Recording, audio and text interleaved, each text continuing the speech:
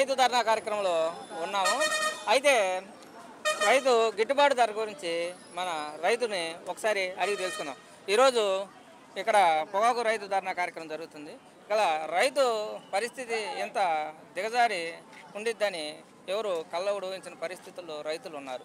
ఎలా అంటే గత ప్రభుత్వంలో ఉన్న రేటుకి ఈ ప్రభుత్వంలో హాఫ్ రేటు కూడా లేక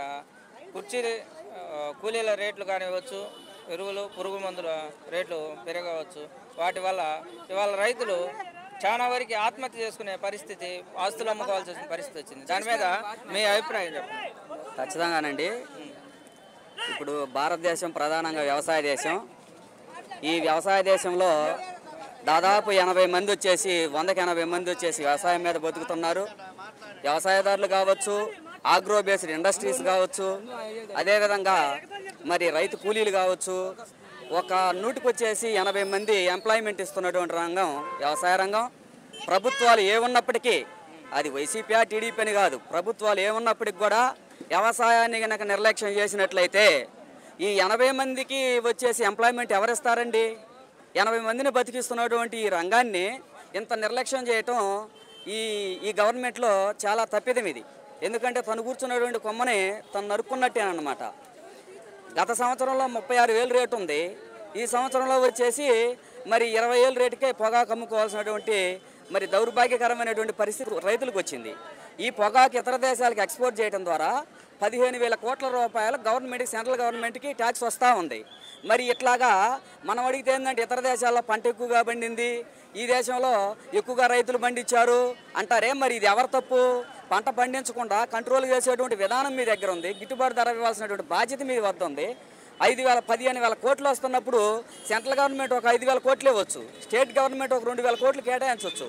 మరి రైతుల్ని ఈ ఇబ్బందుల్లో నుంచి గట్టెక్కించడానికే కదా ప్రభుత్వాలు ఉండేది. ఇప్పుడు డబ్బులు ఖజానాలో డబ్బులు లేవు, రాష్ట్ర ప్రభుత్వం తీవ్రమైన ఇబ్బందులు ఉందన్నారు కదా. ఇన్ని వేల కోట్లు పెట్టి అమరావతి రాజధానిని నిర్మించి చకచక పనులు జరుగుతున్నాయి. మనకి ఎంత ఉన్నతమైన ఎమ్మెల్యే అయినా, ఎంపీ అయినా, మినిస్టర్ అయినా, ఉన్నతుడైనా రైతు పండించి చేస్తేనే మనకు 4 ఏళ్ళు కడుపు నిండిద్ది. అయితే అటువంటి రైతుల్ని ఇన్ని వేల కోట్లు పెట్టి అమరావతి ఇవన్నీ నిర్మించిన ప్రభుత్వానికి డబ్బులు వస్తున్నాయి. రైతు గురించి కనీసం సీమ గుట్టినట్టు కూడా లేదు. దాని మీద మీ అభిప్రాయం ఏంటి? అమరావతి కట్టనండి, ఎవరు వద్దనట్లేదు. రాష్ట్రానికి రాజధాని అవసరమే, ఎవరు కాదనరు దాన్ని. మరి అదేవిధంగా అంతకంటే ముఖ్యంగా మనం ఒక్క పూట భోజనం చేయకపోతే మనం బ్రతకలేని పరిస్థితి. చాలా అర్జెంటు విషయం ఏంటంటే రైతుల గురించి పట్టించుకోవాల్సినటువంటిది. అలాంటిది ఈరోజు 36,000 గత సంవత్సరంలో పొగాకు అమ్మితే ఈ సంవత్సరంలో 20,000 అమ్ముతూ ఉంటే దీనికి సంబంధించి ఏమి చర్యలు తీసుకోవాలని కేంద్ర ప్రభుత్వం కానీ రాష్ట్ర ప్రభుత్వం కానీ సీమగుట్టిని మాత్రం కూడా లేకుండా రైతుల్ని గాలికి వదిలేశారు. ఇది చాలా అన్యాయం. దీని యొక్క పర్యవసానాలని రాబోయే రోజుల్లో మరి ఏ ప్రభుత్వమైనా కానీ ఇది రైతుల్ని అన్యాయం చేస్తే ఈ పర్యవసానాన్ని ఖచ్చితంగా రైతు కంట కన్నీరు వాళ్ళకి శాపమై కొట్టుకొని పోవడం అనేటువంటిది ఖచ్చితంగా జరుగుతుంది.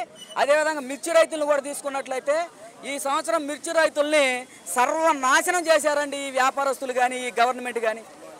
25,000 ఉన్నటువంటి మిర్చి రేటు మరి 10,000, 5,000 అమ్ముతూ ఉంటే చూస్తూ ఉన్నారంటే, పట్టించుకోవట్లేదంటే ఇది చాలా అన్యాయం, చాలా దుర్మార్గం. రైతులందరినీ కూడా నెట్ట నిలువున చంపేసేటువంటి కార్యక్రమాన్ని ఈ ప్రభుత్వాలు తీసుకుపోతున్నాయి.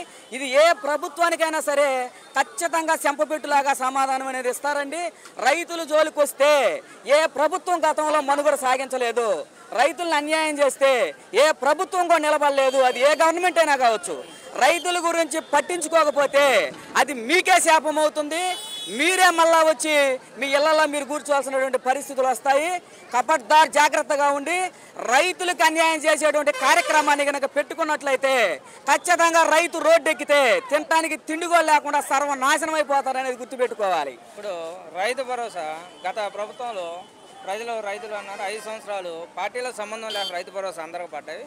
ఈ సంవత్సర కాలంలో కనీసం ఒక్క దఫా కూడా రైతుల పరిస్థితి ఇంత దిగజారిపోయి ఉన్నా కానీ కనీసం రైతు భరోసా ఇచ్చైనా కానీ ఖర్చులు కన్నా వస్తాయి అనుకుంటే అది కూడా లేదు. ఈ 4 సంవత్సరాలు కూడా వేస్తారని గ్యారెంటీ లేదన్న దాని మీద మీ అభిప్రాయం? మేము ఒక్కటే అడుగుతున్నామండి, మీ రైతు భరోసా వద్దు, మీ బొందలు వద్దు, మీ ప్రభుత్వాలు చేసేటువంటి పనులు ఎదవల్లారా మా గిట్టుబాటు ధరలు ఇవ్వండి. మా ధాన్యానికి 36,000 అమ్మేటువంటి పొగాకుని 10,000 కొని నువ్వు 15,000 కొని ఒక్క కింటాలోనే 20,000 తీసుకుంటున్నావు నువ్వు.